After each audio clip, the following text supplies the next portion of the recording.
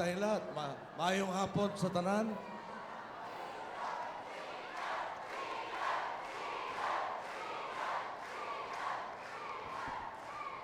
Talaga naman napakainit ang pagsalubong nyo. Kanina ho, galing doon sa landing site na helicopter, marami mga taong nasa kalye. Tapos, 72 days na lang ho natitira sa termino ko. At, di ba, parang siyempre, hindi natin maiwasan, may natuwa, may magagalit. Pero yung kanina ho, pagsalubong sa atin, talaga nag-aabang sa kalye, marami hong bumate, sabi ng iba, si Presidente, si Pinoy, si Noynoy. Tapos yung isa ho sinabi, si Ninoy. Kako, medyo, 6 na taon na ako dito.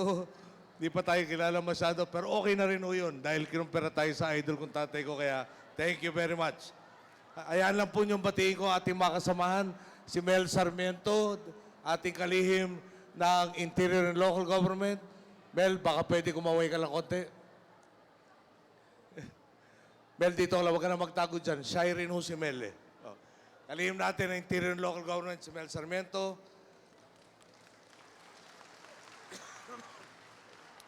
Anak po ng susunod nating Pangulo ng Republika ng Pilipinas, si Paulo. Representante at anak na ating susunod na pangalawang Pangulo, si Aika. Siyempre, ay isa pang idol rin natin, si Junjun Davide. Papasalamat tayo sa Argao na nagpalaki kayo ng isang sobrang tinong public servant na talaga naman pong sabi nga ni Chris, shy type. No? Maganda ho yung shy na politiko. Kasi yung baliktad doon makapal eh. Yeah? Saan tayo pupunta? Sa shy na nagtatrabaho o sa makapal na puro bola? Oh, dito na tayo sa shy. Ating Vice Governor, si Agnes Pagpali, alam nyo, pag naiisip ko si Agnes, naalala ko, fighter. Yeah? Fighter, pero mother rin. Kaya talaga naman mapalad na Cebu na meron tayong ganitong klaseng lingkod bayan sa katauhan ni Agnes Pagpali. Buting Congressman Willie Caminero,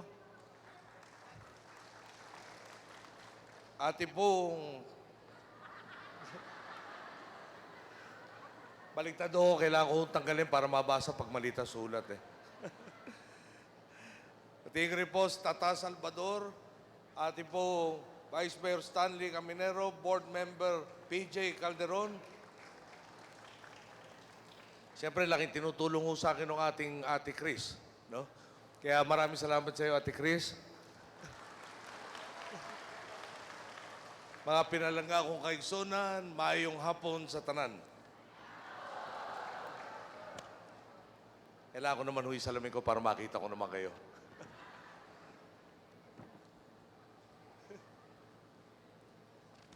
Kung naalala ho nyo, nangako ko sa inyo na pagbaba ko sa pwesto, di hamak na mas magandang iiwanan natin kaysa sa ating dinatan. Naalala ko rin po, turo sa akin ng tatay ko, lahat ng kalayaan na pinag-uusapan natin, ang pinaka-importanting kalayaan mula sa kagutuman. Okay? Pag ang tao hindi tiyak kung saan niya kukunin ang susunod na kakainin niya, lahat ng ibang kalayaan walang halaga sa kanya. Tama mo ba? So, binigyan niyo akong pagkakataon. Sinuportahan niyo ako nung tumakbo akong senador na naging tuntungan naman para maging Pangulo po. At doon, unang-una, maraming salamat sa inyo. Kanina ho, narinig ko, may isang nanay na nagsabi kung pwede ituloy yung 4Ps. Sa akin po, may pagtinuloy natin si Marojas sa Malacanang, talagang hindi lang itutuloy yung 4Ps, palalawakin pa. Yeah. Paano yung palalawakin? Kanina po, may nag-testimonial, di ba? Nag-graduate sa Normal University. Problema niyang makapasok sa kolehiyo. So, merong ilang libo po na natulungan ng 4Ps, nakatungtong sa pagtulong ng CHED sa kolehiyo, nakapag-graduate. Kanina po, tingnan nyo, nag-graduate na siya, cum laude pa. No? Pwedeng palawakin yung tulong sa kolehiyo. Tatandaan po natin, no? Yung 4Ps nung umpisa sa grade school lang. 2014, May pondo na tayo, napalawak natin tulong hanggang high school. Eh ngayon, napatapos mo ng high school, kung makatapos ng high school, tinataya po 40% ng income pwede idagdag kaysa grade school graduate. Kung kaya na natin tulungan sa high school, wag lang tayo magbago ng direksyon, may pondo ang gobyerno para makatulong hanggang kolehiyo rin. No? At talaga naman maisagad natin ang pagkakataon ng bawat isa. Ngayon po, samantalayin ko na rin, magpapaalam na po ako sa inyo. No? 72 days na lang po tayo sa pwesto. Ano ba ang napagtulong-tulungan natin sa Daang Matuwid? Kaya kung inyong mamarapatin po, mahirap po i-memorya lahat. No? Ito po, sample lang. Kailangan ko lang po yung ating kodigo. Okay. Pantawid Pamilya, total nabanggit na kanina. 2010 po, nung naupo tayo, ang membro lang sa Cebu, 5,600 na kabahayan. Ngayon po, halos 150,000 na kabahayan sa Cebu ang tinutulungan. 2010 po, buong Pilipinas, bahagyang umabot sa 780,000. Kapos ng konti actually. Ngayon po, 4.6 million ng kabahayan sa buong Pilipinas ang tinutulungan sa pamamagitan ng 4Ps. Resulta, 7.7 million na pong Pilipino na iangat sa tinatawag na poverty line. Hindi na po living below the poverty line. Yan po dahil sa inyo. Nung ako po, congressman, nanlilimos tayo sa budget para magkaroon ng classroom ang ating mga kabataan. Maswerte na makakuha ng 8, 10. Pag 12 nakuha mo sa buong distrito, napakagaling mo na. Yung distrito ko po nung congressman ko, 2nd district ng Tarlac, 159 barangays. Tapos paghahatiin mo ngayon yung 8 o 10 o 100 classroom. Ano po ang napala sa Daang Matuwid? Sa lalawigan ng Cebu, meron na po tayong naipagawa at kasalukuyang ginagawang 7,889 classrooms para sa Cebu lang. Kabilang po dyan, kabilang yan doon sa 185,000 classrooms sa buong Pilipinas. Litin ko po, nung ako'y congressman at hindi naman ganun katagal po yun, 8,000 paghahatian ng buong Pilipinas. Ngayon Cebu pa lang halos 8,000 na. Kaya may 185,000. Ulit, kayo ang gumawa nito. Sa ating pong kalusugan, nakapaglaan na po tayo sa Health Facilities Enhancement Program, 444.51 million pesos para sa inyong pong mga barangay health center, rural health units at iba pa. May nadaanan na ako kanina dito mga ating health workers at mukhang masayang-masaya sila. So palagay ko po, umabot na sa kanilang tulong sa PhilHealth. Meron na po tayong 4 million na Cebuanong kabilang ng PhilHealth. Kabilang po sila sa 93 million Pilipinong tinutulungan na ng PhilHealth. Sa farm-to-market roads at irrigation, nakapaglaan na tayo ng 1.6 billion pesos. Kasama po dito yung Argao Communal Irrigation System Phase 2. Sitio electrification. Sa pangunguna po ng isang anak nyo, una natin kalihim sa Energy, si Rene Almendras, kapatid ni Agnes, tapos sinundan ni Ikot Petilla at ngayon pinagtuloy ni Zaidi Monsada.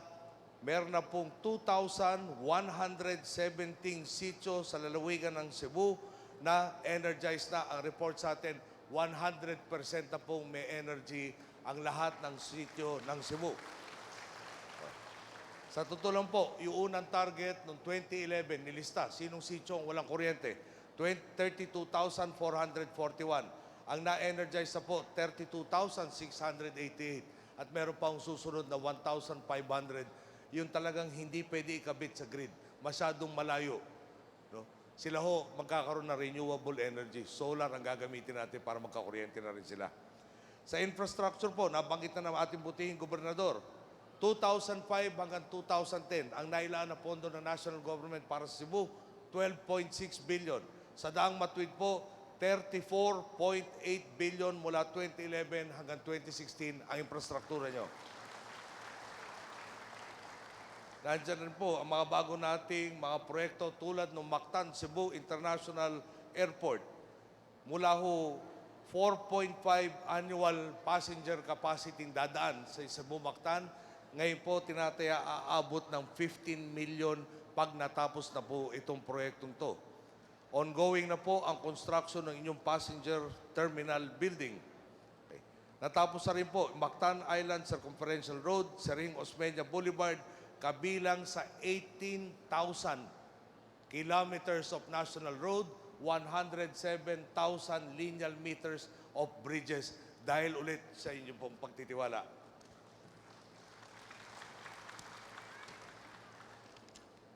Ako hindi kandidato. Sabi na nanay ko, huwag ka masyado mahaba magsalita. Nandito yung tumatayo kuminsan nanay ko si Chris, baka paalala sa akin yun. No? Kaya hindi tayo dapat masyado mahabang magsalita. Pero may mga portong kailangan ko ibahagi sa inyo. Pasensya na ho kayo kung di ako makakababa dyan. Yung aking group commander po ng PSG, kailan lang nagpunta kami ng Basilan. Yeah. Sa Basilan po, bago kami dumating, may binombang detachment, tapos merong lumusob na Abu Sayyaf doon sa lugar na pupuntahan namin at may nahanap na IED device. Marami hong pressure yung aking PSG commander. Malapit na rin sa mag-retire. Next year po, magre-retire na siya. Gusto ko pong paubutin siya sa retirement niya na walang diferensya yung puso niya. No? Kaya pagpapasensya na muna kung hindi natin dadagdagan ang iniisip niya. Okay. Mga kasama, tatanong po ako sa inyo. No? Kunyari, nag-isip tayo, bago ho muna nun, ano ba yung, babalik ako yung pinangako, ano ba yung unang kailangan natin matugunan? Kalayaan sa kagutuman. Paano strategiya dyan? Subukan natin isagad ang pagkakaroon ng trabaho ng lahat. Hindi ako naniniwala doon sa bigyan natin ng bigas ngayon. Itong araw na ito may kakainin, bahala ka na bukas. Hanapan natin ang solusyon na kaya niyang sariling, di ba, tumindig sa sariling mga paa, magkaroon ng hanap buhay ng marangal, mabuhay ang pamilya niya ng tama. Paano natin ginagawa yan? Pisahan natin, 4Ps. Ano ba ang pangunahing kondisyon ng 4Ps? Yung anak mo dapat nag-aaral. Siguraduhin mo pumapasok yung anak mo, may sustento galing sa pamahalaan para matulungan kang panatilihin sa pag-aaral ng anak mo. Tama ba? Pangalawa, pag nakagraduate, may trabaho ba? Una ho, tumutulong ang TESDA. Di ba? Kung ayaw mo na magtuloy ng kolehiyo, may TESDA. At pag nag-graduate ho niya, 9 million course graduates na po. No? Pag nakagraduate ng TESDA, dinat na natin 28.5% may trabaho sa loob ng 6 na buwan pagka-graduate. Ngayon po, 72% na po na nag-graduate ng TESDA may trabaho 6 na buwan pagkatapos o bago umabot ang 6 na buwan pagkatapos mag-training. Bigyan ko kayo ng sample. Merong isang babae sa Pangasinan. Siya ay nagtapos sa accountancy. Inalok ng trabaho sa gitnang silangan.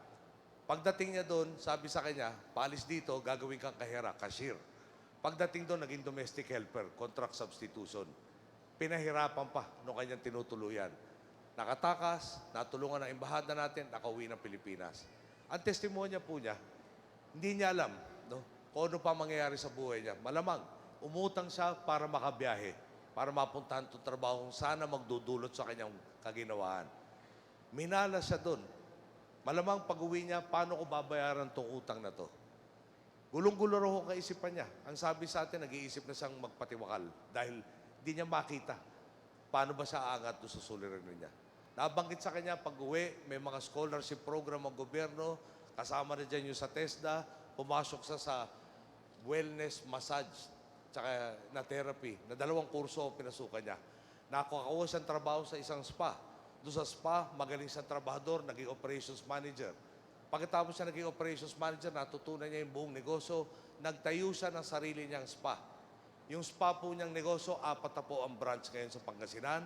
May 3 pa siyang franchise sa Tarlac naman. Okay. Mula sa hindi niya alam kung saan siya patutungo, ngayon po, entrepreneur na siya. Okay. At parati yung pinapaalala ni Joel Villanueva sa akin, boss, marami sa mga graduate namin, no? Pagkatapos mag-graduate, sa loob na 1 taon, tinatalo na yung sweldo mo. Ako, ganun talaga ang buhay. Hindi naman talaga papasok sa gobyerno para yumaman. No? May mekanikong tinulungan ng TESDA. Maging mekaniko, certified mechanic, nasa Australia. Sweldo po niya 250,000 per month. Ang sweldo po ng Presidente ng Republika ng Pilipinas, nasa 120,000. No? At di hamak, mas makapal ang buhok ng mekanikong yung kaysa sa akin dahil mas konti ang problema niyang inaharap. Okay. So ulit, tinulungan natin mag-aral. No? Kung saka may sustento para sa pamasahe gamit. Kung sakasakaling masama ang kalusugan, nandyan ang DOH, nandyan ang PhilHealth para tulungan. Bibigyan ng kakayahan para maghanap buhay kasama ang TESDA. Ngayon po, gusto natin i-expand hanggang kolehiyo makapagtapos na. Yung unang tinulungan na grupo na high school, nag-graduate ng 2015, last year po. Dalawang nagsalita para sa over 300,000 na natulungan sa batch na yun. Mga higit kumulang 14,000 po nung tinulungan natin yun, honors graduate. So yung dalawa nagsalita, natanggap po sa University of the Philippines engineering course. Yung po quota course. Mahirap makapasok doon. Etong dalawa na tinulungan ng 4Ps, nakapasa doon sa masusing pagsusulit. At sila nga po, bigyan natin ng mga 4 na taon pa, nakikinabang na po ang buong sambayanan dahil nabigyan sila ng pagkakataong maisagad yung potential nila at ngayon nag-aaral na ng engineering. Okay. Ngayon, nangyari ba lahat to dahil tayo tatamad-tamad? Na hinuhulog na lang sa atin yung biyaya? Hindi ho. Paano natin napataas yung placement rate na yung graduate ng TESDA? Kinausap natin ang mga negosyante. Ang problema ko kasi nung araw, may papasok ang dating kurso tagla Occupational Physical Therapy. Maraming trabaho. Pumasok, 4 na taon, nag-graduate, nag-board. Pagtapos sila mag-board, wala na yung trabaho. Lumipat sa nursing. Ganoon na naman, 4 na taon, may board exams na naman. Nag-graduate, nakapasa sa board, walang trabahong nursing. Sabi ko, pwede natin baguhin to. Kausapin natin yung mga negosyante. Ano ba ang kailangan yung trabahador 2 years from now, 4 years from now, 6 years from now? Para pag nag-graduate kayo, una, pumunta kayo sa kursong kakailanganin nila, sila masaya, kayo masaya, may trabaho, lahat tayo masaya. Okay? Yun ho, yung tinatawag na plano. Bago ko iwanan po yan, yung BPO na nabanggit kanina ni Governor, sa BPO at saka ni Paulo, sa BPO industry po, gumagastos ang gobyerno ng mga 7,000. Yung ibabayad nung nag-graduate sa TESDA nitong BPO na training, sa unang taon pa lang, ang babayaran niyang buwis, lampas sa ginastos natin para matraining siya. Ibig sabihin po, bawi ka agad yung pinuhunan ng Estado. Magtatrabaho siya ng 30 taon. Maski hindi na siya umasenso, every year, may isa na naman taong pwedeng tulungan na matuto, magkaroon ng trabahong maayos at marangal. Yun po ang Daang Matuwid. Talagang plano, planchado lahat ito. At talagang lahat ng sektor, tinitingnan natin kung paano maisasagad ng pagkakataon ng bawat isa. Ito po ang pinakasimpleng mensahe. Mayo, malapit na. Ika-9 ng Mayo, mamimili tayo. Okay? Tulad ng ginawa natin noong 2010, namili tayo. Tama ba yung palakad sa bansa? Nang halos 10 taon nung aking pinalitan. At palagay ko dito sa Cebu, napakaliwanag ng boses, hindi. Kaya tayo hong nasa oposisyon ang naupo.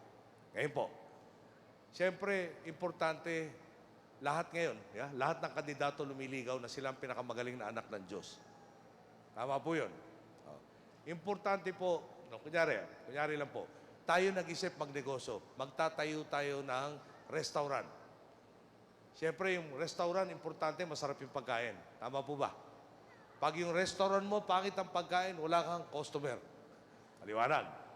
So, unang mong kailangan na empleyadong pinaka-importante dyan, kusinero, na nakakaintindi. Pag ikaw, may mga nag-apply, may dumating na hindi kusinero, pero mekaniko. Pero magaling magpatawa, magaling kumanta, magaling tumula, magaling sumayaw. Inarkila mo yung serbisyo nitong mekaniko. Ginawa mong kusinero, nagluto si mekaniko, palagay nyo aasenso yung restaurant. Malabo yata, di ba? Yun ang importante. Kaya palagay ko, bago natin pag-usapan, ano bang binitawang salita nito mga kandidatong to? Tingnan muna natin, sino ba ang kwalipikado? At pasensya na po kayo, palagay ko sa ika-9 ng Mayo, pinaka-importante natin pagpipilian yung presidente. Sa sistema po natin, yung presidente ang timon. Siya magdadala sa atin, sana, sa mas magandang pupuntahan. Mahirap pag dinala tayong U-turn. Balik tayo sa dati. So ngayon, pag-usapan, tingnan po niyo yung tanong ko kung pwede ho niyong pag-isipan na, sino ang kwalipikadong maging Pangulo ng Republika ng Pilipinas? Kung ganyan, uwi na ako, hindi ko na kayo kailangan kumbinsin pala. Hindi, pero konti lang po ito, no? Patapusin lang po nyo. Oh. Pag sinabi natin, si Mar Rojas kwalipikado dahil sa BPO, binanggit kanina ni Paulo, siya nakapag-isip. Saan ba tayo papasok na may kakayahan ng Pinoy na talaga namang umangat? Yung BPO, yung call center, binanggit po niya, 1 million na trabaho na ngayon. Nalampasan po natin last year yan. Ang tinataya po itong taon na to, 1.3 million ang magiging trabahador ng BPO sector. Yung po yung nasa call center mismo, direct employee. Eh yung kinakainan nila, may empleyado rin. Yung transportasyon para makapunta sa tanggapan, may empleyado rin. Yung convenience store, parang 7-Eleven, kung saan sila namimili ng gamit nila, may empleyado rin. So, bawat empleyado sa BPO, nanganganak ng 3 hanggang 4 na trabaho sa sektor na tumutulong sa kanila. O yung kailangan para masustain na sila. So, 1 milyon, diretso ang empleyado, dagdagan mo pa ng 3 hanggang 4 na milyon na nabigyan ng trabaho dahil si Mar Rojas, hindi na nga ako magbibigay ng trabaho, naghanap ng trabahong makukuha ng Pilipino, ginawa at yan po ang resulta. Kaya, alam nyo, $25 billion ang estimate na ipapasok na industriyang yan dito sa taon na to, 2016. Okay? Kwalipikado si Mar Rojas dahil pag may nangangako, susupili ng krimen, si Mar Rojas nag-isip na ng mga paraan na ginagawa na nagpapababa ng ating crime rate. Isa pong sample, meron tinatawag ang kapulisan, one time, big time. Pag pinakinggan mo ganyan, parang yun yata mungkahin ng mga may paloto station. Hindi ko ganun pala ang one time, big time. One time, big time, inipon lahat ng mga may warrant. Hinanap, sino ba may mga warrant? Tinukoy lahat ng mga may warrant. Pag sinilbi, yung warrant to pares, minsanan, hindi installment plan. Ibig sabihin po nun, isang beses lang sa probinsya, minsanan aresto yung lahat, wala nang warning yung mga nagtatago na mahigpit ang kapulisan na hinahanap sila lahat. Resulta, ang dami po sa pinaka-most wanted natin, arestado na, at pag nawala yung kanilang mastermind, ang lakas ng pagbaba ng krimen. Yung po, hindi pinangako na babawasan ng krimen, ginagawa ni Mar Rojas nung SILG siya, ang pagbaba ng krimen. Kwalipikado na naman si Mar Rojas. Hindi tayo matatapos pag sinabi ko sa inyo lahat ng kwalifikasyon ni Mar Rojas. Alagay ko, alam naman natin eh. O, idagdag ko na lang yung tanong. Subukan po natin, kwalipikado si Jojo Binay maging Pangulo ng Republika ng Pilipinas dahil, bahala na kayo. Pag ako minumukha ko, pag-isipan lang nyo. No? Kwalipikado si Grace po maging Pangulo ng Pilipinas dahil, bahala na ho kayo kung meron tayong mailalagay doon. No? Kwalipikado si Digong Duterte maging Pangulo ng Pilipinas dahil, balikan ko lang ito. Pag mamaya ho, pag-uwi nyo, sinubukan nga nyong lagyan. No? Nang anuman laman, yung blankong yon. Pag wala tayong mailagay doon sa blankong yon na pinaniniwalaan natin, balik tayo. Saan ba tayo sigurado? O di Mar Rojas ang pangalan niyan sa akin pong pananaw. Huwag naman ho sa Mayo, boboto tayo. Ika-10 ng Mayo, sasabihin natin, napaspasan kami, hindi kami nakapag-isip niyan. Hindi ho, may oras pa. Pag-isipan nating mabuti. Lahat na nagawa natin sa daang matwid, tatandaan nyo, kayo ang gumawa. Kaya kayo po boss ko eh. Maski maganda plano ko nung araw, hindi naman nyo ako binigyan ng pagkakataon, wala tayong nagawa. Pero hindi lang nyo ako binigyan ng mandato, sinamahan pa nyo ako sa pagtahak ng daang matwid. Kaya naman po, maski anong kailangan bungguin, binunggu ko, dahil yun po ang panata ko sa inyong iiwan ko mas maganda kesa sa dinatnan ko. At doon ulit, kung wala kayo, wala tayong nagawa. Dahil nandiyan kayo, ang layo at ang dami ng ating nagawa. Kaya maraming salamat po muli sa inyo.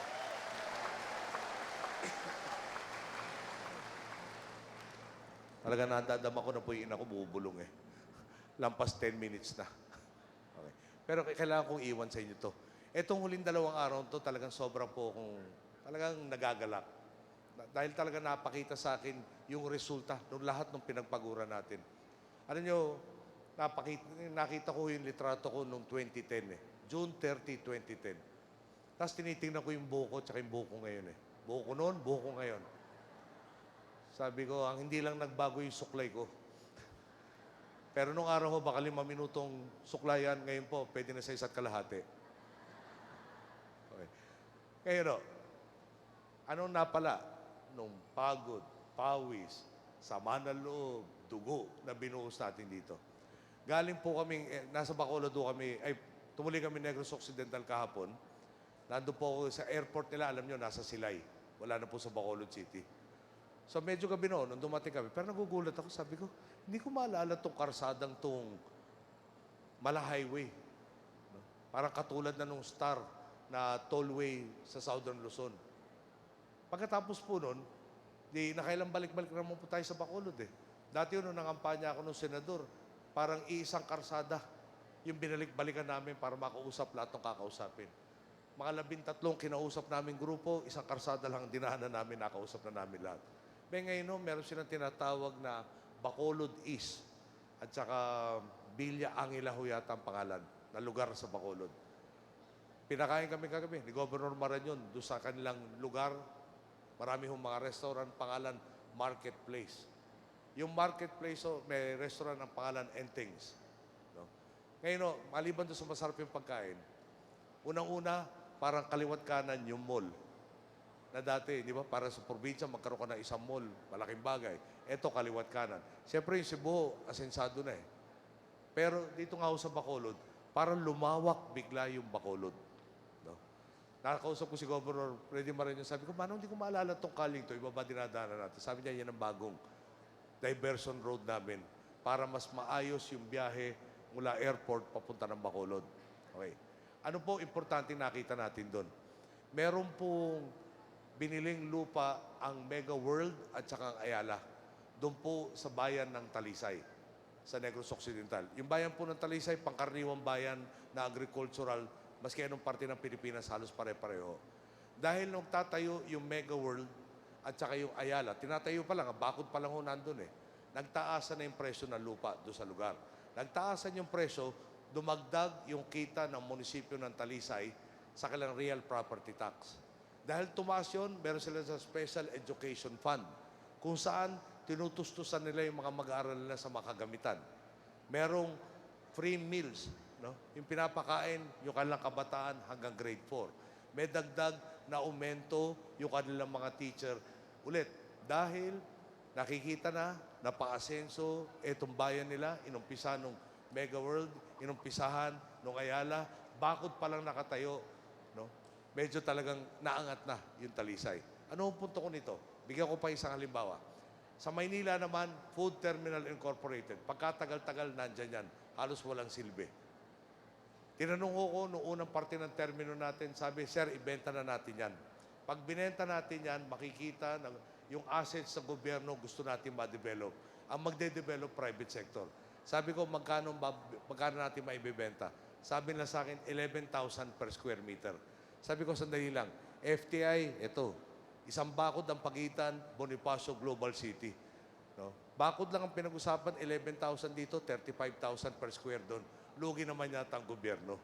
Ilang kaya ang ganyan lupa pa ng gobyerno sa gitna ng Metro Manila na pwedeng ibenta? Sabi ko, kung ganyan lang presyo, ayoko. Hindi pwede. So, sabi ko sa kanila, sabi nyo sa akin, gaganda ekonomiya. Ito po yung economic advisors natin next year. Di next year, maski wala tayong gawin, tataas ang halaga ng lupa. So, naghintay ho kami, 1 taon. Binenta after 1 year, yung 11,000, naging 33,000 per square meter nung binili ng Ayala.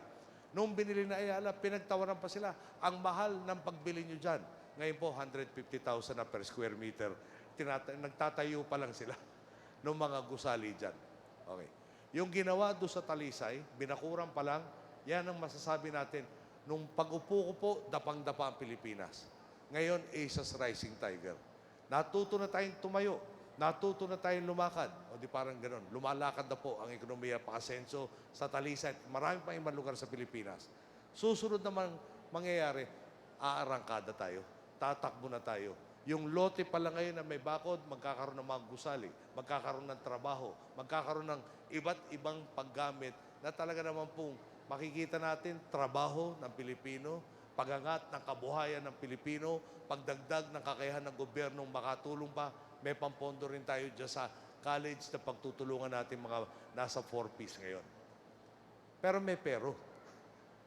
Paano kung iba pananaw? Paano kung baligtad sa daang matuwid ang gagawin? Paano kung puro pansarili lang ang itutulak? No? May mangyayari kaya sa atin. At pag nadapa na naman tayo, sana magkaroon tayong tsamba na makatayo tayo ulit. Sana pag nakatayo tayo, pakinggan na naman tayo ng daigdig na komunidad na pwede na nyo kaming pagkatiwalaan ulit, na maganda kaming partner nyo. Bakit natin kailangan pang sugal? Bakit ba tayo kailangan madapa para bumangon? Kung patakbo na tayo ngayon, parangkada na. At babalik ko. Wala naman akong pinagmamalaki. Yeah? Kung hindi, kasama ko kayo. Kaya sa nung umpisa hanggang sa ngayon, ang lakas namin, simple-simple lang, ang taong bayan, ang lakas namin sinasandalan.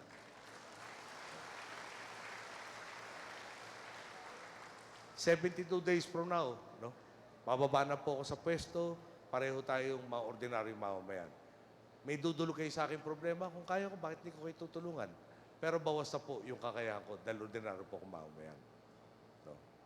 Palagay ko po, huling beses makikiusap ako sa inyo. Ako po, pinayuhan. Huwag ka nang mangampanya, wala ka nang kalaban. Mag-retire ka na, pananahimik ka na. Sabi ko, makaka-practical yun. Pero ang tanong, tama ba yun? Tapos nyo akong tinulungan, tapos itong pinaghirapan natin, tapos ang naabot na natin to, wala na akong pakialam. Hindi ko yata masabing ganun. Hindi yata maatim na konsensya ko.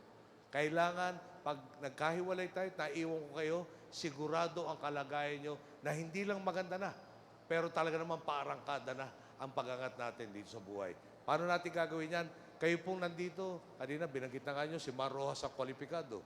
Baka pwede, lapitan natin yung mga ibang naliligaw. No?